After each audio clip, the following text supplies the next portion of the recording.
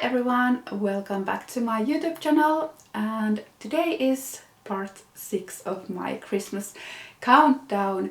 My name is Sari, if you don't know me yet. I'm a knitwear designer from Finland, and instead of having just one pattern to highlight today in my holiday countdown, I have two, because I wanted to share the Rudolph charm pattern with you. So this is the first design that I'm highlighting today, and the second one is the Rivendell cardigan, as well as the matching Rivendell pullover.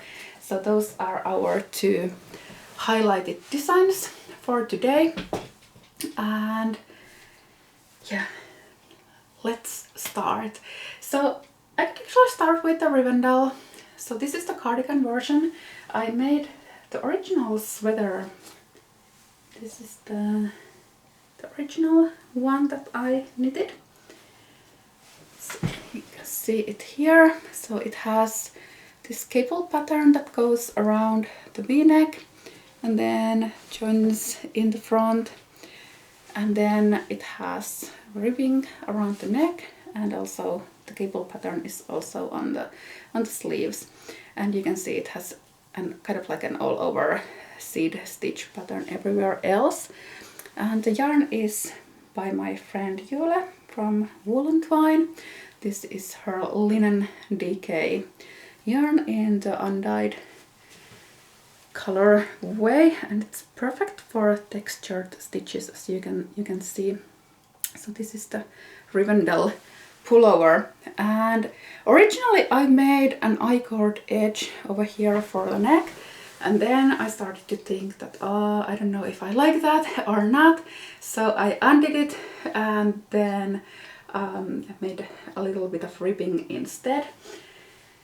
But the pattern has both options. So this one was knitted by my sample knitter Jessica, and I told her to make this one with the I-cord option. So you can choose which one you like the most, so whether you like the little bit of ribbing or this I-cord option, so you can make either one of those. So this is the same pattern, but it's knitted with Knitting for Olives merino and silk mohair instead. So it has like this beautiful little halo you can see over here from the mohair, and I'm always fascinated how different knits look when you just kind of like change the color and the yarn. So it's basically the same but still different. So that's something that I like about knitting, so you can always customize it to your own liking. And this was also knitted to me by a sample knitter. So this is the cardigan version that I made after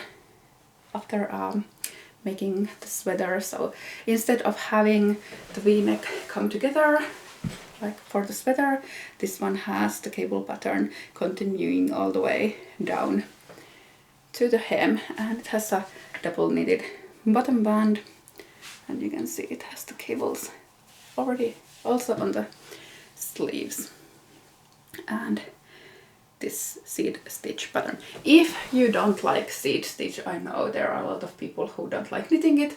It takes a bit more time than stockinette stitch. It's very easy to just change to the stockinette stitch instead of having a seed stitch. So just skip the seed stitch and make it in stockinette stitch instead. Just keep your eye on the gauge, because the gauge might be slightly different for seed stitch, whereas for stockinette stitch.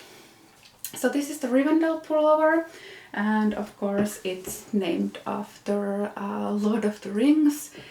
It was when I was first showing pictures of this sweater when I was knitting it, somebody commented, because of it has some linen in it, so it has a beautiful sheen, as you can see over here. So somebody commented on Instagram that it looks kind of like a mithril armor, which it does, and then I kind of like couldn't get that image out of my head, so that's why I called it the Rivendell. pullover, and of course Rivendell cardigan. I've always loved fantasy books. I've been reading them ever since I was a teenager. I like fantasy books, I like sci-fi, so those are like my absolute favorites. And if you look at my pattern names, you can see quite a lot of pattern names inspired especially by Lord of the Rings. I have the peregrine socks, and I have melon headband, and a few other things like that you can notice the influence of Lord of the Rings in my patterns and pattern names. So yeah, today's pattern for the Christmas countdown is the Rivendell pullover and the Rivendell cardigan. You can get them both for -24% on Ravelry and in my web shop. And the other pattern is the little Rudolph charm. So there's this French company who makes these like leather charms that I really like, but they are so expensive that I didn't want to buy them. And of course, as a maker, I'm like, can I make one of those myself? Of course, I don't have the ability to make leather charms at this moment, so I've started to think, how could I knit this little charm instead? So that's what I came up with. So it has just a single color in the back and then a little face in the front.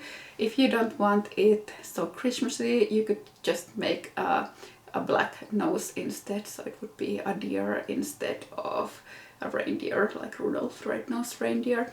But I wanted to make this like Christmas charm for my bag. I'm going to make another one with a black nose that I can use after Christmas as well. And I added a little tassel over here, and these antlers were made as I-cords, and also it has like this I-cord kind of like hanging cord over here. If you don't want to use it as a back charm, you could hang it on a doorknob or in your Christmas tree, or pretty much anywhere where you want to have a little cute ornament. Just put it somewhere like over here. It'd be really nice hanging over there as well. So I needed my back charm with cotton yarn. This is Shapeless, I don't know how to pronounce that, Katona.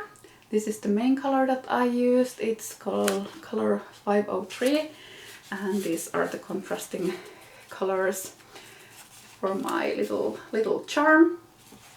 And then I had just a tiny bit of red for the nose and black for the eyes, and these were made with duplicate stitch over here, and has a bit of like polyester filling inside it. So that's the Rudolph charm, and also this one has a 24% discount, but I decided to continue that discount for the whole weekend. So it's until Sunday, December 8th, end of the day, Helsinki time, so you can get the Rudolph charm. This is, I made mine in less than 1 day. I know some of my test knitters also finished theirs in a day, so this would be also a really nice gift for somebody, like a last minute little gift for a friend or a family member. So if you want to do that for a loved one, I think that would be really nice as well. Thanks for watching, and tomorrow we have part 7 of the countdown. See you there.